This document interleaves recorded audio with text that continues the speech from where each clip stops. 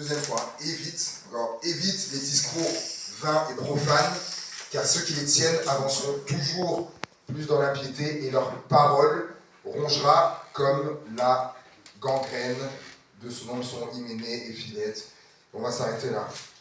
Ce qui m'a interpellé quand je lisais, je suis tombé sur ce texte-là, c'est que dans le premier verset, l'apôtre Paul va dire à Timothée, donc, évite les disputes de mots, et au verset 16, il va dire, donc, évite donc, les discours vains et profanes, et il va dire, leur parole rongera comme la gangrène. Les mots, les paroles. Et ça m'a frappé, et ça a attiré mon attention, ça a parlé à mon cœur, les mots, les paroles. L'importance des mots, des paroles. Et j'ai pas... Des fois, pour donner un titre, des fois c'est très clair, on donne là. Je pensais à tellement de choses que j'ai pas réussi à trouver un titre. Et vous allez comprendre après, et je me suis arrêté à qu'on soit les vigiles de nos bouches. On va venir après, je vais expliquer tout ça. Les vigiles de nos bouches. L'épître de Paul à Timothée, en fait, elle fait partie de ce qu'on appelle les épîtres pastorales. Comme Timothée, Tite, Jude, épîtres pastorales. En fait, dans ces épîtres-là, Paul, il donne des conseils, des consignes, des recommandations, à ceux qui seront en poste de pasteur ou de responsabilité spirituelle. Et donc, il leur donne des conseils, des recommandations, des consignes de ce qu'il faut faire ou ne pas faire. Et là, il leur recommande quelque chose à ne pas faire, en l'occurrence. Et là, il va lui dire donc d'éviter les disputes de mots qui amènent à la ruine et les discours vains et profanes, car leurs paroles rongent comme la gangrène. Mais on pourrait dire, mais si c'est adressé à des pasteurs, quelqu'un pourrait dire, mais si c'est adressé à des pasteurs ou à des responsables spirituels, David, mais du coup, moi, en quoi ça me concerne? Regardez avec moi ce qui est dit dans Matthieu, chapitre 5. Matthieu, chapitre 5, et le verset 21. Matthieu, chapitre 5, verset 21. C'est Jésus qui parle. Et il va dire, vous avez entendu qu'il a été dit aux anciens, tu ne tueras point. Celui qui tuera mérite d'être puni par les juges. Mais moi, je vous dis que quiconque se met en colère contre son frère mérite d'être puni par les juges, que celui qui dira, retenez ça, qui dira à son frère, Raka, mérite d'être puni par le Sanhédrin, et que celui qui dira, deuxième fois, qui dira insensé, mérite d'être puni par le feu de la géhenne. Dans ce passage, là, Jésus traite aussi de l'aspect des paroles, des mots, puisqu'il dira par deux fois celui qui dira. Et là, là, Jésus, il s'adresse là, c'est le sermon sur la montagne, c'est la première foule qui est là, des premiers disciples. Là, il s'adresse, il y a des disciples ce matin. Est-ce qu'il y a des disciples qui servent ce matin? Là, c'est des disciples là. Et du coup, donc on voit que ça me concerne tous en fait, pasteurs, responsables spirituels, disciples, tout le monde. Et il va dire que celui qui dira Raka à son frère. Alors, certains vont dire, c'est quoi ce truc? C'est quoi Raka qui dira Raka? On est dans une autre langue. Moi, ça ne me parle pas. Raka, donc c'était un terme que les Hébreux utilisaient. En fait, on ne connaît pas bien la définition en fait, du mot Raka. Parce que dans toute la Bible, c'est la seule fois que ce mot apparaît. C'est la seule fois. Donc, même les traducteurs n'ont pas su trouver une définition exacte du mot exact. La Bible en français courant a traduit comme ça. Celui qui dit à son frère imbécile mérite d'être jugé par le conseil supérieur. Celui qui dit idiot mérite d'être jeté dans le feu de l'enfer. Oh. Là, des fois, Jésus, il faut le dire, des fois, Jésus, il nous secoue là. C'est une chose qu'il dit, il vient là et on est... waouh, hein, décoiffé pour ceux qui ont des cheveux. Hein. Moi, ça va être un peu plus compliqué. Hein. Il a traduit par imbécile. audio. En fait, les traducteurs, quand vous regardez le mot, il y a une notion dans le mot raka de vide aussi. Donc ils se sont dit, ça peut aussi ressembler à quelque chose comme imbécile à tête vide, vous savez, tête sans cervelle, c'est des mots comme ça, des mots un peu comme ça. T'as rien dans la tête, voilà. Je pense qu'il y a plus agréable, hein, comme parole, ça va. Et on est d'accord parce que demain, s'il y a quelqu'un, je sais pas, vous êtes au volant, ça c'est l'exemple qu'on aime bien. Quand on est au volant, là on découvre une autre personne, d'autres personnes quand on est au volant. Et on aime bien quand on nous fait des queues de poisson, on nous fait des choses là où c'est un automobiliste qui passe, il baisse sa vitre, oh, t'es imbécile, t'es une imbécile. Alors, moi, je sais pas, moi je vous pose la question, comment vous réagissez? Là, je pense qu'il y a toutes les réactions. Pourquoi? Parce qu'il y a aussi tous les tempéraments, il y a tous les caractères, donc il y a ceux qui, je sais pas, est-ce qu'ils vont répondre, est-ce que certains ils vont laisser tomber? Il y a ceux-là, s'ils pouvaient s'arrêter sur le côté, sortir de la voiture, c'est oui, aïe, comme quelqu'un. Et en tous les cas, lorsque on entend, nos oreilles entend des mots comme ça, des paroles comme ça, j'ai jamais entendu quelqu'un qui dit « Oh, merci pour le compliment ». Jamais, non. Parce qu'en fait, il faut savoir que le mot raka, en fait, là par contre, là, ils sont tous d'accord, unanimes sur ça, c'est qu'en fait, c'est une marque, presque la marque la plus profonde de mépris, en fait. Quand quelqu'un disait ça, à l'époque de Jésus. Les théologiens ont dit voilà, l'injure exprimée par le mot raka paraît avoir été grave, et nous savons que la loi rabbinique, dont des rabbins, se montrait très sévère à l'égard de ceux qui proféraient de telles paroles, passibles du jugement de la Cour suprême, donc de l'époque, à l'égal du meurtre. C'est pour ça que Jésus, avant, il parle, vous avez appris, on a appris que vous ne tuerez point. Jésus, il fait le rapport comme ça. C'est pas par hasard. Et en fait, c'est dire pour eux à l'époque la gravité qu'il y avait dans de telles paroles, en fait, dans le mot. Et certains pourraient dire oh là là, mais ils allaient trop loin, c'est bon, ils allaient trop loin, les rabbins, dire ça comme ça. Et en fait, Jésus, lui, peut-être pour quelqu'un qui pense que les rabbins, ils allaient trop loin, Jésus, lui, quand il vient, ce qu'il dit après, Jésus, il met la barre plus haut encore. Et oui.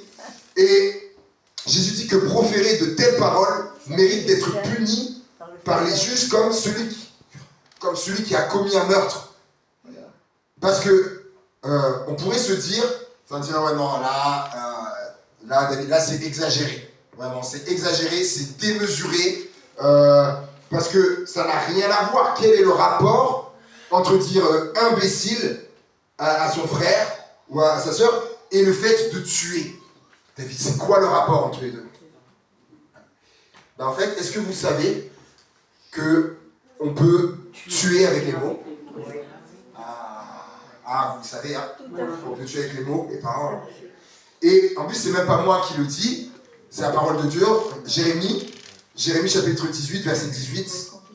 Regardez avec moi, Jérémie chapitre 18, verset 18. Et ils ont dit, venez, complotons contre Jérémie, car la loi ne périra pas faute de sacrificateur, ni le conseil faute de sage, ni la parole faute de prophète. Venez, tuons-le avec la langue. Tuons-le avec la langue.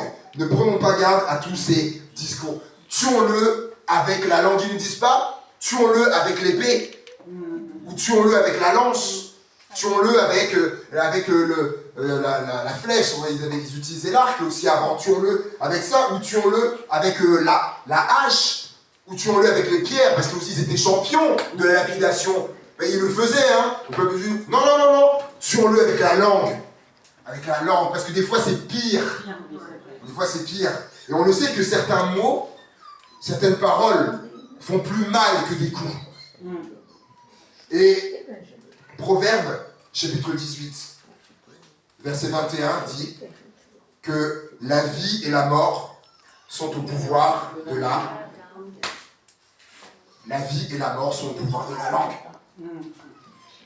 Certains auraient cru à une époque que la vie et la mort sont au pouvoir de Jules César, ou des empereurs romains. Pourquoi je dis ça? Parce que quand c'est dans les arènes, là, quand le spectacle, les jeux leur avaient pas plu, et c'était eux qui décidaient, l'empereur, là, César ou d'autres, ils étaient là avec leur pouce, vous connaissez ça? S'ils faisaient ça, terminé, c'était la mort. Il valait mieux que le pouce soit comme ça. La vie et la mort étaient au pouvoir, là, du pouce de César, de l'empereur. Maintenant, la Bible, elle dit, la vie et la mort sont au pouvoir de la langue.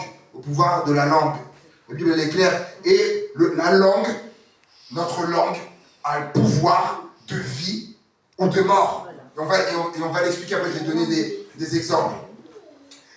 Nos paroles possèdent, il faut comprendre ça en fait, que nos paroles possèdent un poids considérable. En fait, souvent, dont on n'a pas conscience en fait, nos paroles. Il faut se rappeler que Dieu, tout ce qui est ce qu'on a, Dieu a tout créé par quoi? Il a créé par quoi là, les choses? Par la parole. Que la lumière soit, par la parole il a tout créé. La puissance qui réside dans la parole, et donc les choses ont pris vie par la parole.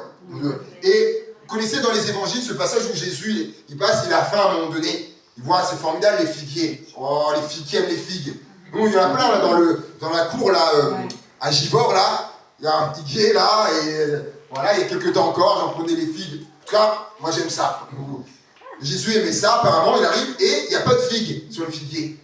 Et là, qu'est-ce qu'il va dire du coup? Il va me dire que plus de fruits ne naissent que toi. Et à l'instant, séché, la mort terminée, par la parole. Par la parole. La vie et la mort sont au pouvoir de la langue.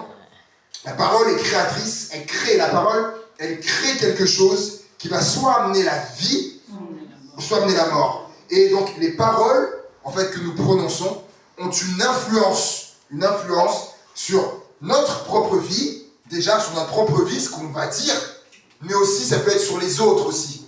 On va le voir. Et pouvoir donc de vie de mort, on va commencer par le pouvoir de mort avec cet exemple. À un moment donné, lorsque le peuple d'Israël, Dieu le fait sortir d'Égypte, il parle, voilà, il y a le pays promis, il y a Canaan, et à un moment donné, il va dire à Moïse, voilà, tu vas choisir, il y aura 12 personnes que tu vas envoyer pour aller comme un peu prospecter un peu le pays, ça. Ils sont 12 espions. Ils vont, après, ils te feront un rapport. Ils vont, ils voient le pays, etc., tout ça, ils reviennent. Voilà, et il y en a sur les 12, 10 qui disent « Oh, non, on ne peut pas aller, c'est un pays qui dévore ses habitants, il y a des anaques, donc c'était des personnes de très haute taille. Voilà, on est à leur jeu comme des sauterelles, non, on ne pourra pas, etc. » Et il y a Josué, Caleb, qui disent « Mais si, on va pouvoir y aller, Dieu est avec nous, mais c'est Dieu qui a dit, on va s'en emparer, etc. » 10 contre 2. Parole de mort. Parole de vie. Et lorsque ils vont dire ça, qu'est-ce qu'il est dit le peuple, on va lire ensemble. C'est dans Nombre au chapitre 14. Nombre chapitre 14. Et à partir du verset 1er, toute l'assemblée, donc quand ils vont entendre ça, quand ils vont entendre les paroles, toute l'assemblée éleva la voix et poussa des cris, et le peuple pleura pendant la nuit. Tous les enfants d'Israël murmuraient contre Moïse et Aaron, et toute l'assemblée leur dit « Que ne sommes-nous morts dans le pays d'Égypte, ou que ne sommes-nous morts dans ce désert ?» On va s'arrêter là. Retenez bien ça. Que ne sommes-nous morts dans ce désert? Quand ils ne sont pas morts, hein, quand ils disent ça. Que ne sommes-nous morts dans ce désert? Regardez avec moi au verset 26 maintenant. Verset 26. L'Éternel parla à Moïse et à Aaron et dit « Jusqu'à quand laisserai-je cette méchante assemblée murmurer contre moi? J'ai entendu les murmures des enfants d'Israël qui murmuraient contre moi. Dis-leur, je suis vivant, dit l'Éternel. Je vous ferai ainsi. Attends, je vous ferai ainsi que vous avez parlé à mes oreilles. » On va s'arrêter pour l'instant. On va continuer. Je vous ferai ainsi que vous avez parlé de ce qui est sorti de votre bouche. Parlez. Regardez. Vos cadavres tomberont dans ce désert. Vous allez dire que nous sommes morts dans ce désert. Ah là là. Vos cadavres tomberont dans ce désert vous tous dont on a fait le dénombrement, en vous comptant depuis l'âge de 20 ans et au-dessus, et qui avez murmuré contre moi, vous n'entrerez pas, puisque vous avez, mais aussi les autres, on ne peut pas entrer. Eh bien, vous n'entrerez pas dans le pays que j'ai juré de vous faire habiter. Je vous l'avais dit, ce serait pour vous. Et excepté Caleb, fils de Jephuné, et Josué, fils de Nun. Eh ouais. Parce que eux, ils ont eu d'autres paroles. Ils ont eu d'autres paroles. Et verset 36, les hommes que Moïse avait envoyés pour explorer le pays, et qui à leur retour avaient fait murmurer contre toute l'assemblée en décrivant le pays, ces hommes qui avaient décrié le pays moururent, frappés par une plaie devant l'Éternel. Josué, fils de Nun, et Caleb, fils de Jephuné, restèrent seuls vivants parmi ces hommes qui étaient allés explorer le pays. Ceux qui avaient dit, on peut pas, on n'entrera pas, on ira, que nous sommes morts dans le désert, c'est ce qui leur est arrivé. Ceux qui ont dit, si on peut y aller, on ira, Dieu a dit, ils sont entrés. Amen. Les paroles. La vie et la mort sont au pouvoir de la langue. Et je pensais à ça, c'est un exemple qui est un exemple qui est fâcheux, qui à chaque fois m'attriste et me serre le cœur. Notamment, c'est dans l'année dernière ou celle d'avant, je ne sais plus. Il y a eu un nombre, c'est déjà trop, d'adolescents qui ont mis fin à leur jour. Je ne sais pas si vous vous rappelez de cette série-là en France, là. Et notamment, quand on regarde, en fait, qu'est-ce qui s'est passé? C'était des moqueries. Les moqueries. Les moqueries, c'est quoi? La langue, les paroles qui sont arrivées. La vie, la mort sont au pouvoir de la langue. Et nos paroles peuvent conduire à la mort physique, émotionnelle, relationnelle, et même spirituelle. Avec la langue, je peux harceler, je peux humilier, je peux rabaisser, détruire, je peux casser, je peux salir quelqu'un. Ça, c'est la mort, ça. C'est la mort. Mais les paroles aussi, elles ont pouvoir, les paroles, de susciter la vie. Amen. Je vais vous donner un exemple. Vous prenez deux enfants. Vous prenez deux enfants. On va prendre un garçon. Tiens, comme un petit qui est là. Comment est-ce qu'il s'appelle? Marlon. Marlon. C'est un très beau prénom en plus. Si j'aurais eu un fils, un prénom, j'aurais pu l'appeler comme ça. Cet enfant-là, vous le prenez. Vous allez voir, c'est un exemple. Si il grandit avec, par exemple, des paroles qui sont négatives, etc., qui sont décriantes et tout ça, il va grandir d'une certaine façon. Mais vous prenez le même enfant, le même Marlon, qui grandit avec des paroles d'encouragement. Disant, ce que tu fais, c'est bien, t'es intelligent, c'est bien ce que tu fais, etc. T'es beau, c'est la réalité. Et, t'es beau, tout ça, grandit. Et que quand il est au parc, par exemple, on emmène nos enfants au parc, et que, admettons, il n'arrive pas, des fois, à escalader le truc, t'as des parents ou des gens qui vont dire, mais on a entendu, mais tu n'y arrives même pas, regarde et tout, t'es nul. Non, si les parents disent, tu vois qu'il n'y arrive pas, tu vas y arriver. Tu vas y arriver et tout, et même s'il faut arriver, aller et puis l'aider un peu, regarde, tu es un moment, tout ça, mais tu vas y arriver et tout, même les autres, tu vas. Et bien l'enfant, il ne va pas du tout grandir de la même façon. L'enfant qui va grandir avec des paroles qui le décrit, tout ça, en fait, à l'âge adulte, vous voyez, c'est pas le même adulte qui va. T'en as un qui va grandir avec confiance et tout ça, et l'autre qui va se dénigrer constamment. Et j'ai remarqué que dans les personnes qui étaient comme ça, des fois, des personnes qui se dénigrent constamment, lorsque tu creuses, lorsque tu poses la question, tu creuses, tu réalises que depuis longtemps, des fois, l'enfance, les paroles qu'ils ont entendues, c'était des paroles comme ça. Et oui. Et les mots que nous prononçons ont le pouvoir de susciter la mort ou la vie. Maintenant, pour le pouvoir de vie, je me rappelle de ce témoignage lorsque on était je crois que c'était à Nantes, donc première église qu'on a faite, on était stagiaires, et on fait un camp d'ado, une retraite spirituelle d'ado, où vraiment Dieu, il bénit, hein, sur vraiment les cœurs, tout ça, touché, même suite à ça, il y a plusieurs ados qu'on avait baptisés, et il y avait à un moment donné, séquence témoignage, les ados pouvaient raconter, par exemple, dans leur vie, quelque chose qui les avait marqués. Et il y a un ado qui est là, qui prend la parole, et il dit, voilà, lorsque j'étais en troisième, voilà, c'était pas mes résultats, et c'était pas le fleuron, quoi, comme on dit, voilà, j'étais pas dans le trio de tête, c'était pas... et puis du coup, voilà, les professeurs, tout ça, disaient non, on pense pas que lui, il va avoir, non, ça va être compliqué, ça va pas le faire, tout ça.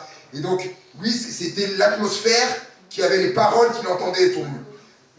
Il y avait eu, au niveau familial, un contexte qui était compliqué. Et il avait pu du coup être réuni là, avec sa maman. Et sa maman lui avait dit, lorsqu'elle avait appris ça, ils avaient été séparés longtemps, et ils avaient pu être réunis, et elle lui avait dit, mon fils, moi, elle dit, je crois en toi. Elle dit, je crois en toi.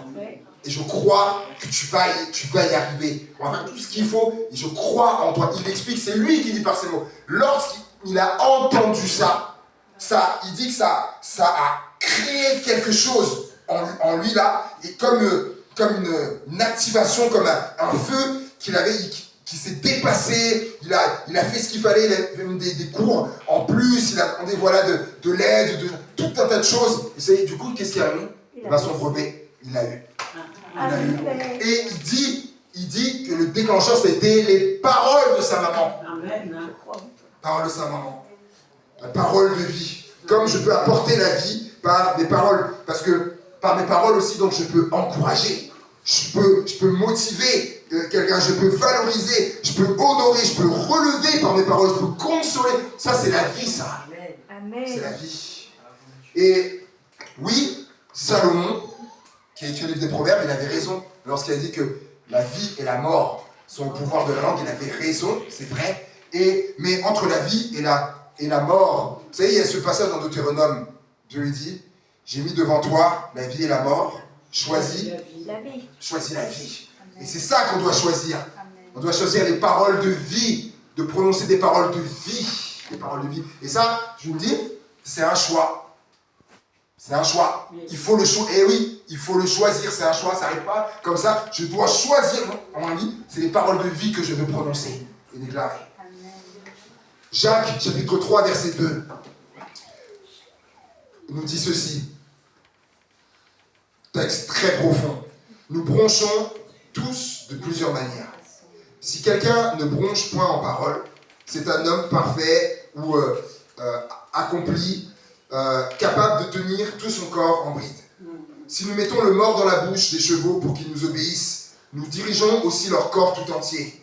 Voici même les navires, qui sont si grands et que poussent des vents impétueux, sont dirigés par un très petit gouvernail, au gré du pilote. De même, la langue est un petit membre et elle se vante de grandes choses. Voici comme un petit feu peut embraser une grande forêt. La langue aussi est un feu, c'est le monde de l'iniquité. La langue est placée parmi nos membres, souillant tout le corps et enflammant le corps de la vie, étant elle-même enflammée par la géhenne. Toutes les espèces de bêtes et d'oiseaux, de reptiles et d'animaux marins ont été domptés par la nature humaine. Mais la langue, aucun homme ne peut la dompter. C'est un mal qu'on ne peut réprimer. Elle est pleine d'un venin mortel. Ça c'est la parole de Dieu. Hein. Par elle, nous bénissons le Seigneur notre Père.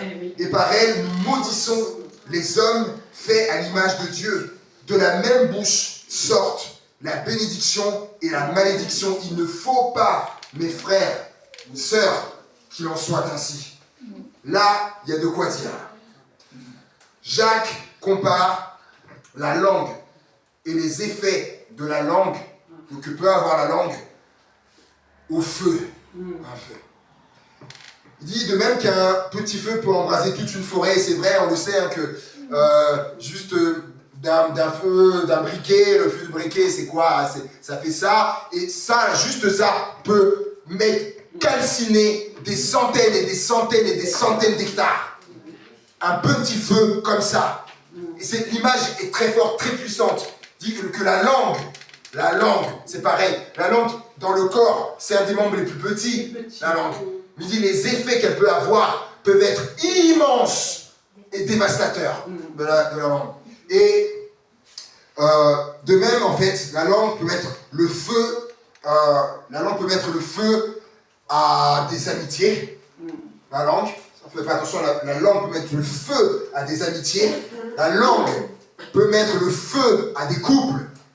Peut mettre le feu à des familles, la langue.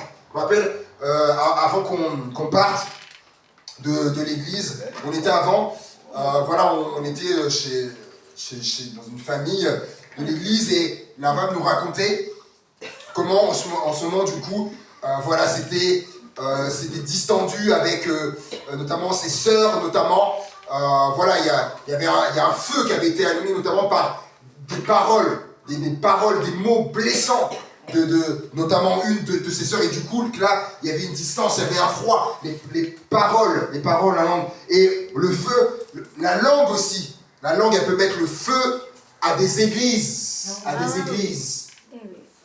Je l'ai vécu ça personnellement, lorsque j'étais adolescent, et je souhaite à personne de vivre ça. Lorsque tu vois ton église qui s'embrase par le feu, alors pas physiquement, mais il y a le feu qui s'embrase, l'église elle est scindée en deux, je vous dis, il y a deux camps, et ça s'embrase des deux côtés, ça. C'est un souvenir, c'est comme si c'était hier, c'est très frais dans mon esprit en moi, c'est quelque chose, tu te dis, et je me rappelle de ce jour-là, qui est un de mes pires souvenirs de ma vie, mon père, je me rappelle, qui se lève et qui dit à l'église, il dit, oh, vous rendez même pas compte, on se rend même pas compte que c'est le diable qui est derrière tout ça et qui est en train de faire ça. Et regardez, et qu'est-ce qu'a dit Jacques? Qu'est-ce qu'il a dit Jacques? Elle enflamme le cours de la vie étant elle-même enflammée par quoi? Par la géhenne. Et oui, par la géhenne. Par l'ennemi, le diable. Et quelqu'un pourrait dire, non mais moi je suis un enfant de Dieu, moi. Moi je suis un enfant de Dieu. Mes paroles, elles peuvent pas être inspirées par le diable. Je suis un enfant de Dieu. Mes paroles. Vous connaissez Pierre? À un moment donné, Jésus va dire, qui dit-on que je suis? Certains disent, tu es Élie, tu es Jérémie, tu es tel prophète, etc. Pierre dit, tu es le Fils de Dieu. Tu es le Fils du Dieu vivant, le Christ, ici. Et là, Jésus il est émerveillé. Et il dit, ça tu as raison, c'est ça. Il dit, mais ça, Pierre, ce n'est pas la chair et le sang qui te l'ont révélé, là. Il dit, c'est mon Père qui l'a laissé, c'est Dieu, c'est la révélation, tu vois. C'est Dieu lui-même qui dit, oui, tu as raison, c'est ça. C'est Dieu qui t'a révélé ça. Un peu plus tard, Jésus va leur dire qu'il faut qu'il aille à Jérusalem, il va souffrir, il va être crucifié, il va mourir, etc. Mais aussi qu'il va ressusciter. Et là, quand Jésus va dire ça, Pierre va dire non, pareille chose ne t'arrivera jamais. Même moi, presque j'empêcherai que cela arrive. Là, Pierre, c'était toujours le. Et là, par contre, là, Jésus, il n'est pas émerveillé, par contre, là. Il dit, arrière de moi. Arrière de moi, Satan. C'est le même Pierre. C'est pas une autre personne, hein. C'est le même Pierre qui a eu avant une révélation extraordinaire de Dieu, des paroles. Le même Pierre. Là, ces paroles, c'est pas de Dieu. Arrière de moi, Satan. Les paroles. C'est la même personne. C'est les paroles. Les paroles. Les paroles. Aucun homme, il va dire, Jacques, la langue, aucun homme ne peut la dompter. Aucun homme ne peut la dompter. L'homme a réussi à dompter des animaux. Je ne sais pas si vous avez déjà vu ça sur Internet ou quoi, certaines vidéos. Des fois, je crois rêver quand je vois ça.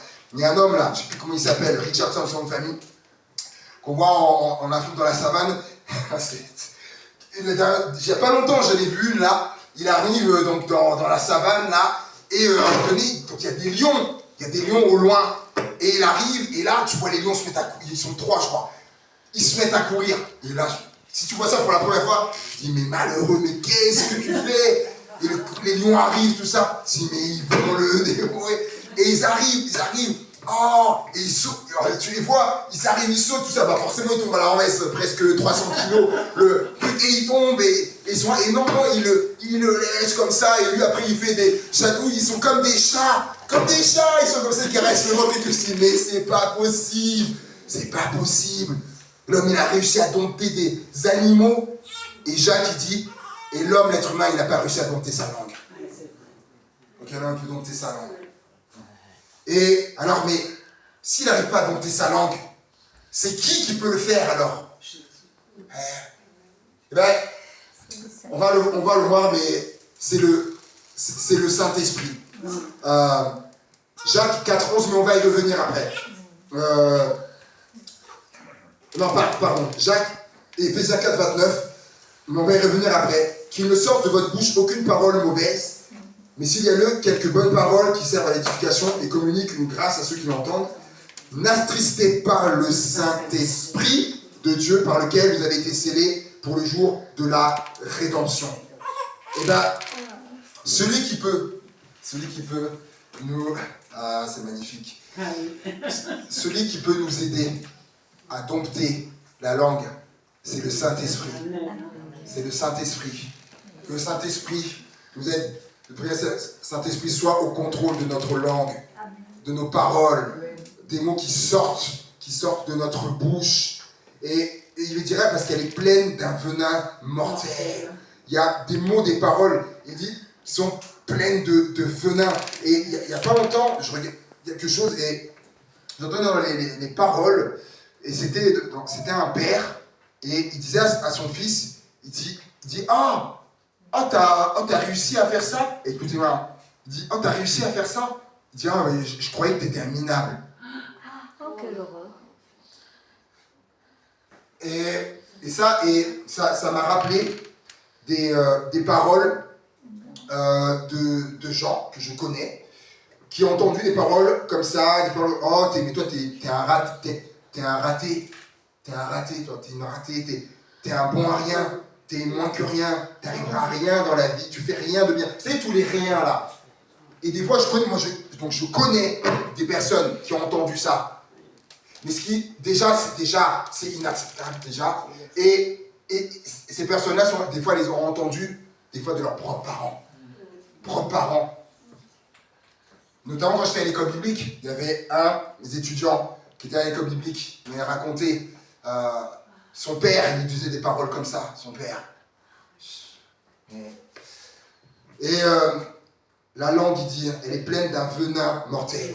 Le venin sont ces paroles de mort, donc, qui peuvent tuer chez quelqu'un son estime. L'estime de soi, ça tue, voilà, par les paroles dévalorisantes. Mais pas que. Pleine d'un venin mortel, parce que ça peut tuer des rêves aussi, des rêves, des aspirations, des projets que la personne avait. Et je vais vous donner des exemples. Dire, mais toi faire ça, non mais laisse-moi rire. Toi, tu veux aider à faire ça? Toi, par exemple, devenir avocat? Mais regarde, mais dans ta famille, il n'y a personne qui a réussi à faire ça. C'est toi pourquoi tu serais différent des autres? Toi, tu vas arriver. Ça, c'est des paroles pleines de venin mortel. Des paroles qui peuvent tuer le futur de quelqu'un, qui peuvent tuer l'avenir. On dit, mais de toute façon, mais toi, t'en es incapable. Paroles pleines de venin. Et il dit, par elles, nous bénissons. Et par elles, nous maudissons. Il dit que, par ces mêmes paroles, on peut louer le Seigneur. On peut louer le Seigneur, le dimanche, on loue le Seigneur. Seigneur, t'es le plus beau, t'es magnifique, t'es grand. On dit des paroles qui sont extraordinaires. Et je donne un exemple. Alors, pas ici, c'est pas ici à Saint-Chamond. Alors, et après, le culte, sortie du culte. Non mais t'as vu comment elle était habillée, la sœur? Non mais elle a pas honte. Au sortir, Non, mais elle n'est pas honte de venir dans la maison de Dieu, habillée comme ça. Et quelques minutes avant, on était là, oh Dieu.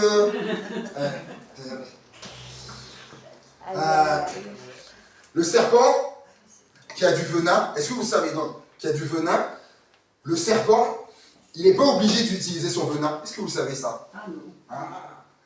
En fait, son venin, ça finit le travail plus vite, on va dire, ça assène. Mais en soi, lorsqu'il a sa proie, etc., il n'est pas obligé d'utiliser le venin. Et quand Jacques dit, la langue, elle est pleine d'un venin mortel. C'est comme il dit, dans nos langues, il y a ce pouvoir qui est là de venin, mais on n'est pas obligé d'utiliser. On n'est pas obligé d'utiliser.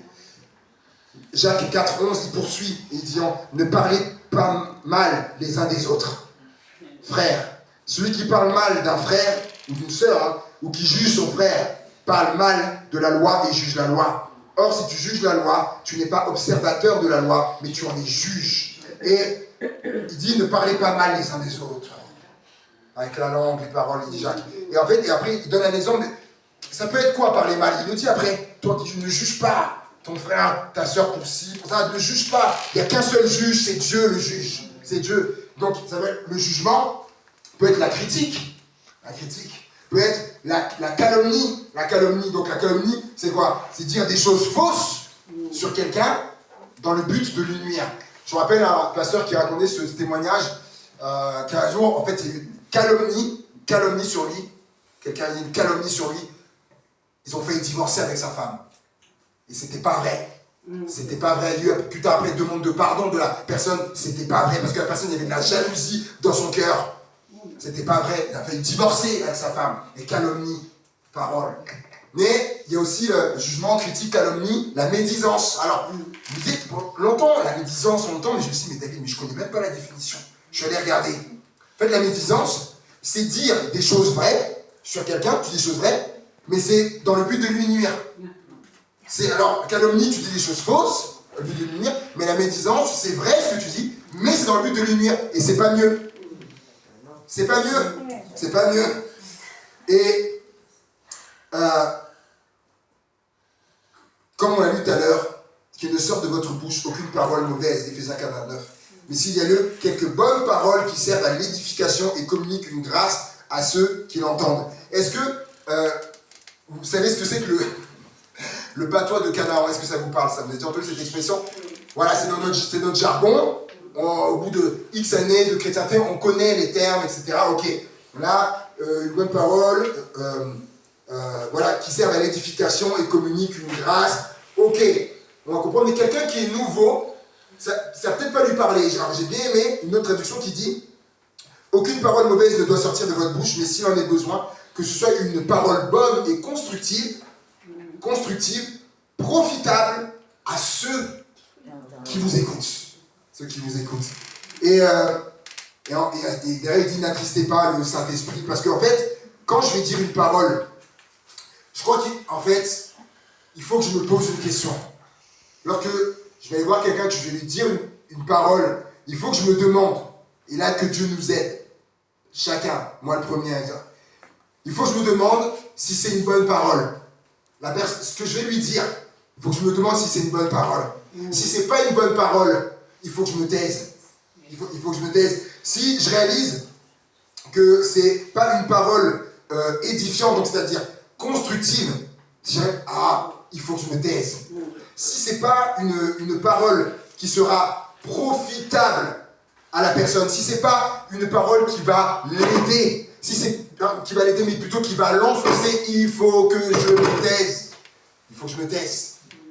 Pourquoi? Parce que et là la Bible est claire, et c'est pour ça que ça colle tout de suite après.